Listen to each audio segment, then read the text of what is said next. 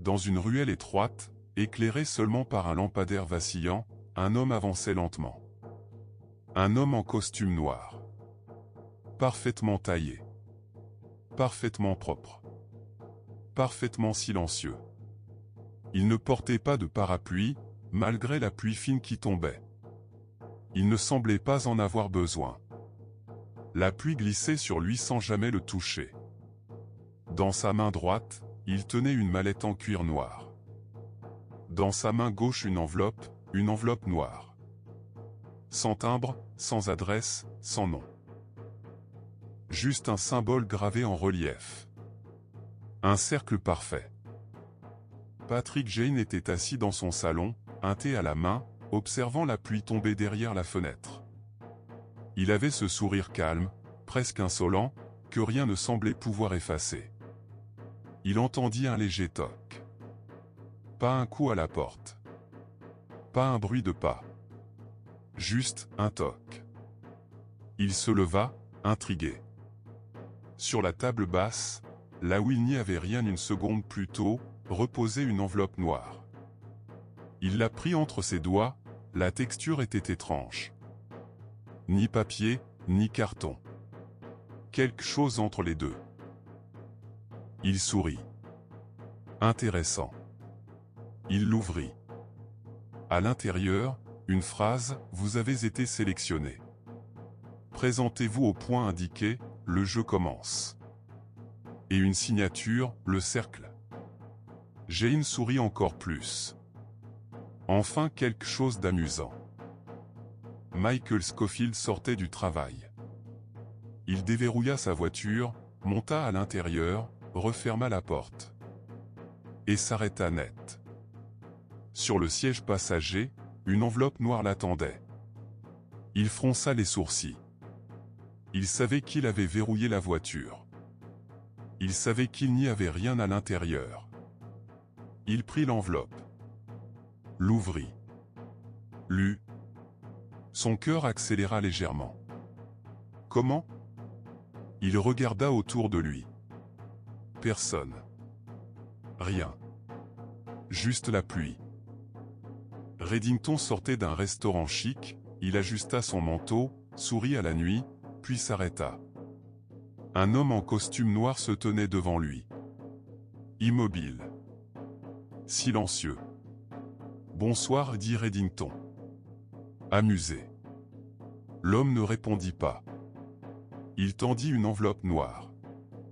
Reddington la prit, intrigué. Vous savez, d'habitude, on me demande un autographe avant de me donner des cadeaux. L'homme s'inclina légèrement. Puis disparut dans la foule. Reddington sourit. Charmant. Mira Dalton se démaquillait devant son miroir. Elle était fatiguée. Épuisée même. Elle voulait juste dormir. Elle baissa les yeux une seconde. Une seule. Quand elle releva la tête, une enveloppe noire était posée sur le rebord du miroir. Elle sursauta et recule. Respira vite. « C'est quoi ça ?» dit-elle. Elle l'ouvrit. Ses mains tremblaient. Dexter Morgan ouvrit son frigo pour prendre une bouteille d'eau. Il s'arrêta. Entre deux boîtes de nourriture, une enveloppe noire l'attendait. Il resta immobile. Longtemps. Très longtemps. Puis il sourit. Un sourire froid. Intéressant. Naomi Clark sortit de la douche, une serviette autour des cheveux. Elle entra dans sa chambre, et s'arrêta net. Sur son lit, parfaitement posé au centre, une enveloppe noire. Elle sentit son cœur se serrer. Qui? Elle regarda la fenêtre qui était fermée. La porte aussi était fermée. Elle prit la lettre. Ses mains tremblaient. Alan Pierce ouvrit son coffre-fort pour ranger un document important.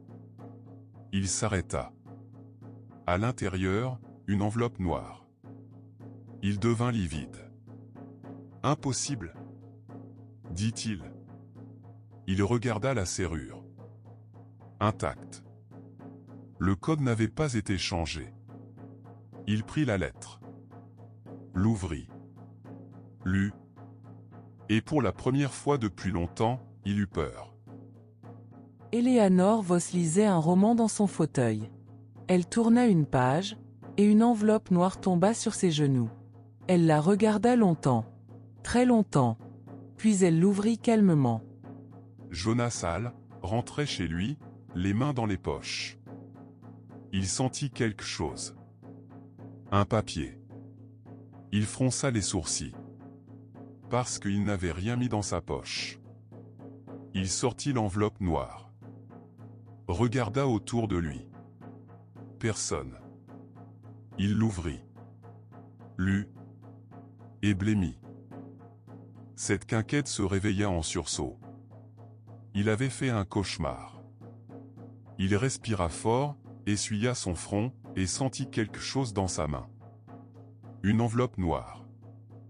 Il la lâcha immédiatement, horrifié. « C'est quoi ça ?» dit-il. Il recula. La lettre tomba au sol. Il la ramassa. L'ouvrit. Lut.